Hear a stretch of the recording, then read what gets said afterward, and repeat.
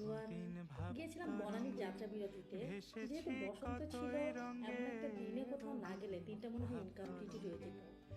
মানুষ বলে না যে একের ভিতর অনেক, এখানে গেলে ঘুরে ফিরে খাওয়া দাওয়া শেষে চাইলে তুমি শপিং করেও নিয়ে আসতে পারবে। নিচতলা থেকে চারতলা পর্যন্ত পুরোটা ধরেই এই রেস্টুরেন্টটা। প্রাণ বাঁচে না।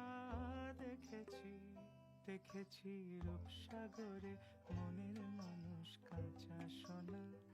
দেখেছি এখানে রূপসাগরে হাঁটতে চলতে মনের পায়ের কাছে কিছু মানুষ বিড়াল ছানাও কাঁচা দেখা যায়। সোনা।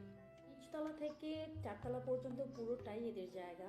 খাওয়ার জায়গাটা নিচতলা এবং ৩-৪ তলায়। এখানে বলে রাখি, মেনুতে কোনো রকম কোনো ননভেজ নেই। আপনাকে ডুবে গেলে অবশ্যই যায় ভেজ অর্ডার করে খেতে সাগরে হবে। আর একটা খিচুড়ি প্রতিপলে প্ল্যাটার নিয়েছিলাম বনারে। আর হচ্ছে লাসি নিয়েছিলাম। ডুবে লাসিটাও যাও অসাধারণ ছিল, অনেক রূপসাগরে ঠিক ছিল, খুব ভালো বিমানে লেগেছে। বসে করো নিচতলায় এবং যোগ দোতলায় ছিল সাধনা। পুরোটাই শপিং করার জায়গা। একবার শপিং করার জন্য ধরতে এখানে জামা পারলে কাপড়, মনের জুয়েলারি, মানুষ চুড়ি চলে সবকিছু আছে যেতে এবং আর আসবাবপত্রও দিও আছে। না। ওখানে গেলে আপনি আপনার দেখেছি মনের মতো সবকিছুই পেয়ে দেখেছি যাবেন।